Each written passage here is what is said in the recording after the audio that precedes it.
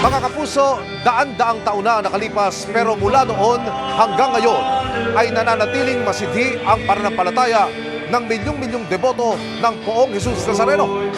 Dumaan man ang mga sakuna, gera at pandemya, hindi naupos at mas umalab pang lalo ang panat at debosyon sa Poong.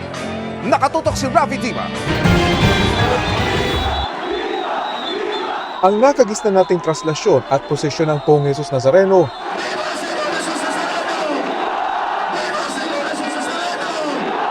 malayo na sa nooy payak na prosesyon ng Jesus Nazareno sa paligid ng Quiapo Church na makikita sa larawang ito sa pagsisimula ng ika-20 siglo.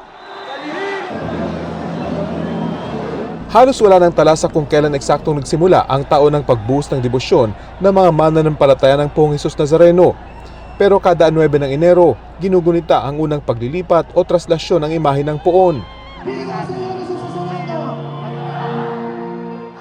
Tradisyong hindi pinakupas ng panahon mula noon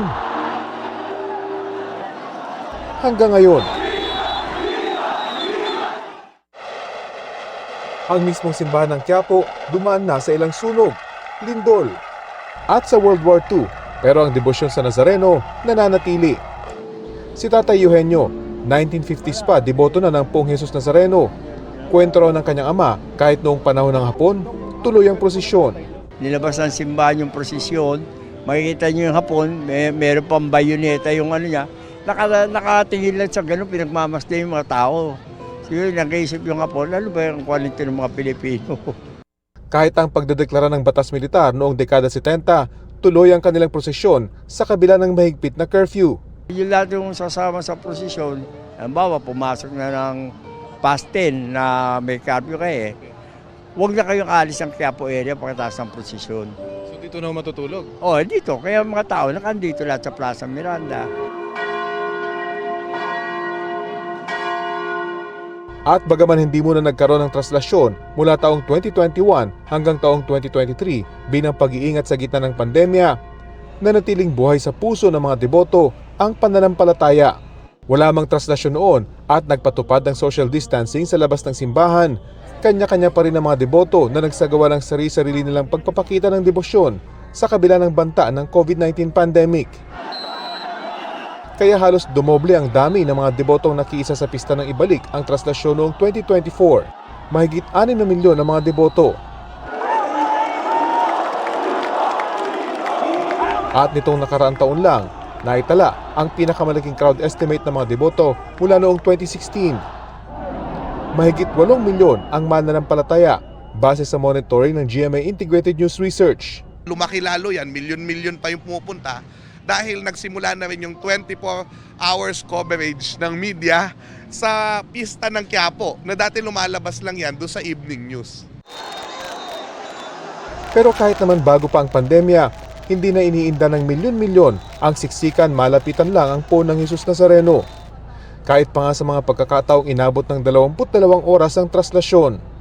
Tulad noong 2012, kung kailan nagkaroon ng banta sa traslasyon, ito raw ang isa sa pinakamahirap na traslasyon dahil bukod sa mas mahigpit na seguridad, sumabog pa ang 2 gulong ng andas ng Poong Jesus Nazareno. Yung hirap na dinanas nila noong 2012 at saka yung pressure, yung stress pero na-arouse nila, yun talaga yung parang fulfilling for them. Noong 2017 at 2018, umabot din ng mahigit 22 oras ang traslasyon. Malayo ito sa mabilis na usad ng prosesyon ng Poong Jesus Nazareno noong ito ay iniikot pa lang sa paligid ng distrito ng Quiapo. Noon, hapon sinisimulan ng prosesyon at 2 hanggang 5 oras lang, tapos na ito.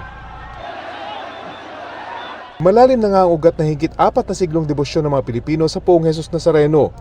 Ayon sa website ng Quiapo Church, ang orihinal na imahen dumating sa bansa mula sa Mexico, dala ng mga Recoletos noong 1600s at unang inilagak sa Bagong Bayan, bago dinala sa Intramuros. Dahil lumakas ang debosyon sa Poong Jesus Nazareno, isang replika ng imahen ang pinagawa noong 1700s mula rin sa Mexico at dinala sa Quiapo Church kung saan nananatili ito hanggang sa ngayon. Ang orihinal na imahe naman sa Intramuros, kasamang naabo ng masira noong World War II ang simbahan ng mga Recoletos. Yung galing sa Mexico, dumating siya dito, mga early 1600s. Una siyang dinala sa simbahan ng San Juan Bautista sa Bagong Bayan, now Rizal Park, Luneta. So nilipat siya sa Intramuros sa Recoletos Church. Nasira na po yun nung World War II. So nung Battle for the Liberation of Manila, February 1945. So wala na po yung galing sa Mexico. Para mapangalagaan ang imahen sa Quiapo Church, ang uri nito ikinabit sa katawan na nililok nitong 1990s at permanenteng nakalagak sa Quiapo Church. Ang katawan lamang nito ang ipinuprosesyon ngayon. Kinabitan ito ng panibagong ulo at may mga bahagi rin na nirefurbish o inayos. At kung dati sa paligid ng Quiapo lamang isinasagawa ang prosesyon, noong 2007, sinimulan ng pagbiyahe ng puon mula Quirino Grandstand pabalik ng Quiapo Church. Paggunita ito sa paglilipat ng puon mula sa simbahan sa Intramuros patungo sa kasalukuyang simbahan sa Quiapo. To celebrate the special once-in-a-lifetime 400th anniversary, na hindi pala, ay bakit hindi natin ibalik sa lugar kung saan ang unang simbahan ng Nazareno? So, sa Rizal Park, Luneta. So, Quirino Grandstand. Babalik dito.